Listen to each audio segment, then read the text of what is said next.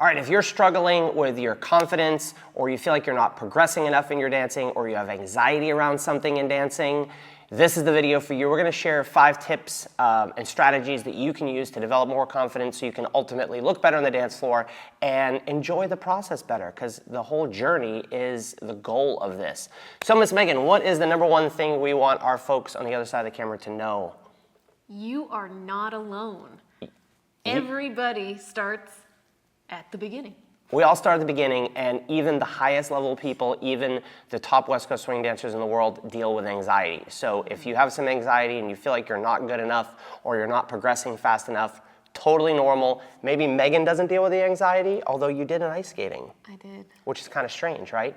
On the dance floor, Ice Queen never rattles, but ice skating, nerves got the best of her. So you're totally, and we didn't know each other then, so you didn't have all these mental strategies.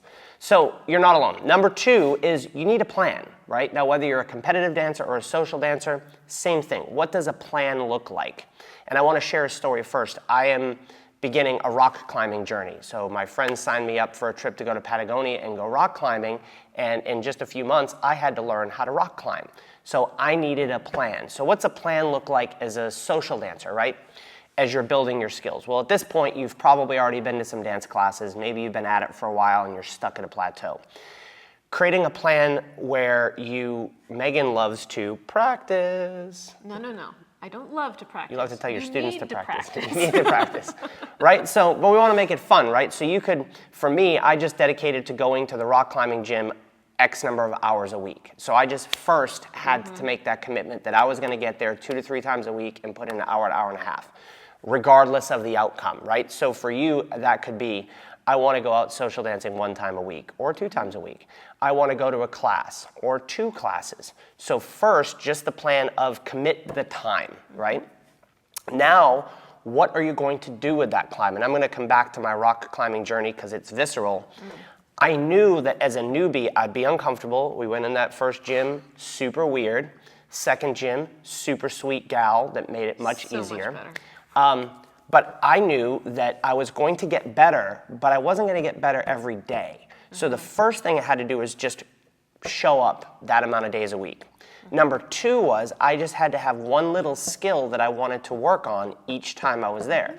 So even if I didn't get better, I spent an hour working on this skill, which might mean that 2 or 3 weeks later, I had a big jump. And this actually just happened recently. I climbed 3 routes that I hadn't been able to do for a while because I just put in the time at the stuff and worked on the skills that I was comfortable with. So if you're a competitive dancer, you probably do have a coach, and the coach can give you a plan, right? Like, what would you give one of your students as a plan who wants to get better at the competition in June?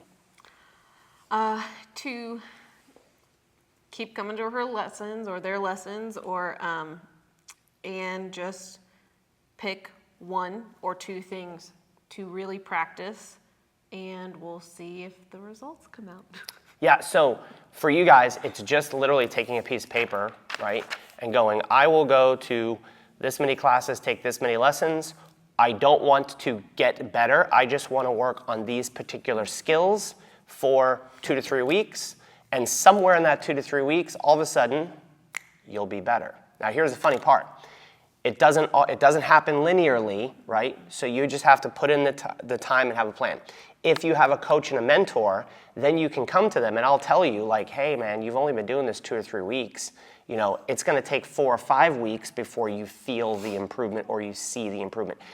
You might not feel the improvement. That's what I like about rock climbing. You either get up the wall or you don't. So if I get up the wall, I know I did well. But if I had a coach, the coach could say, hey, look, you didn't get up the wall, but you did the first half of it better than you have before, right? So the coach can help you with that. Then #4 is to be process-driven versus outcome-driven. What I mean by that is it's not get to the top of the wall or have this feeling that I'm an amazing dancer.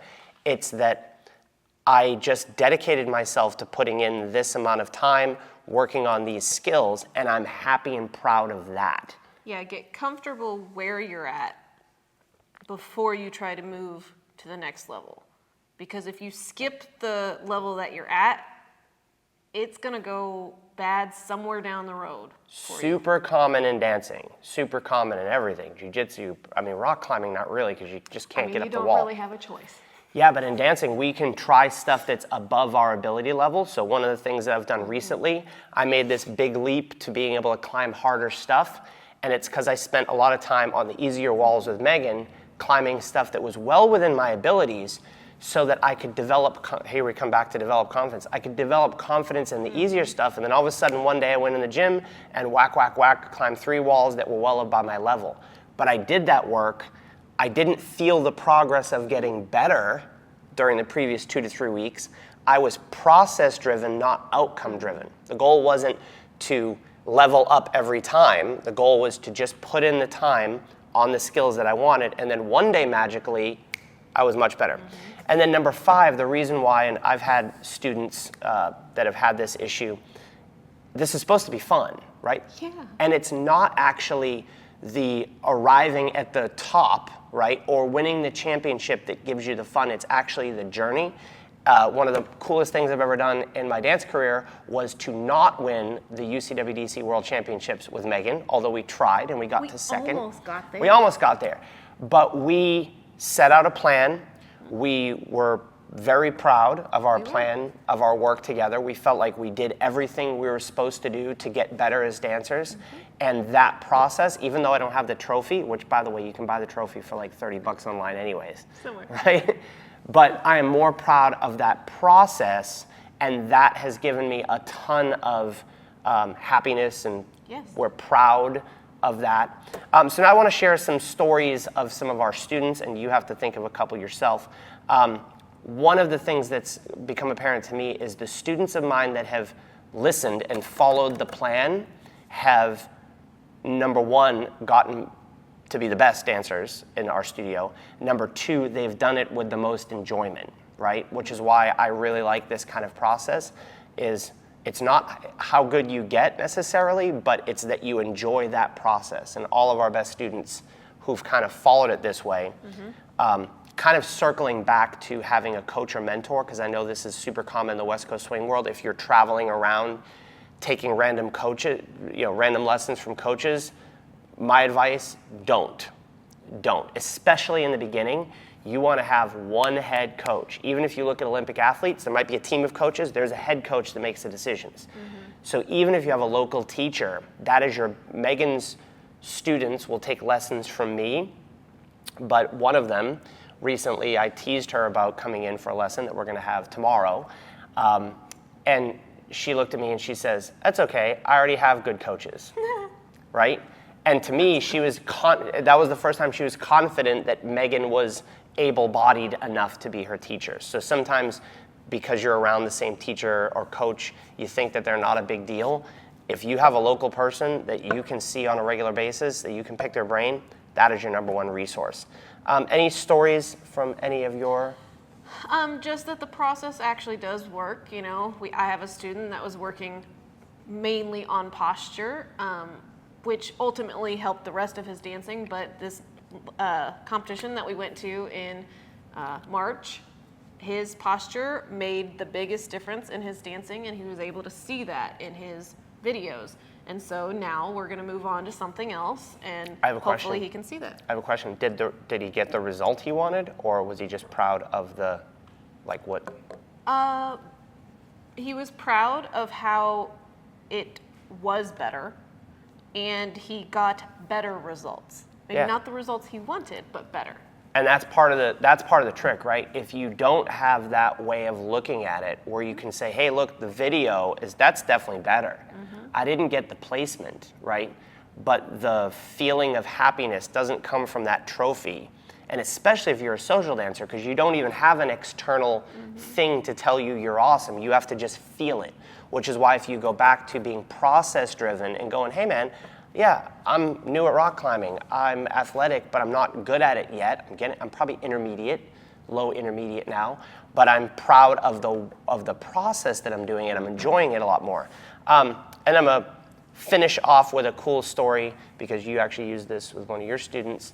My niece recently All of my competitive finished in 4th in the state for diving, and I was so fascinated on the drive home because I was like, what's it like? Because you're standing out there all by yourself in this arena, and you have to do this crazy dive into the water, and if you splash, people don't cheer. Even when you cheer, you're under the water, they don't hear you. But what she shared with me, as I said, what's it like in the back? Like, it must be nerve-wracking. And she says, well, depends on when in the meet, what I do. And I said, what do you mean? She says, well, in the beginning, there's 40 girls diving. So I spend a lot of time talking to the other girls and fussing around because I can't focus. It's too long of a period of time to be focused. But as I get to X number of divers away, I have a pre-warm-up routine. And she goes through this whole mental routine. And then she gets to the board.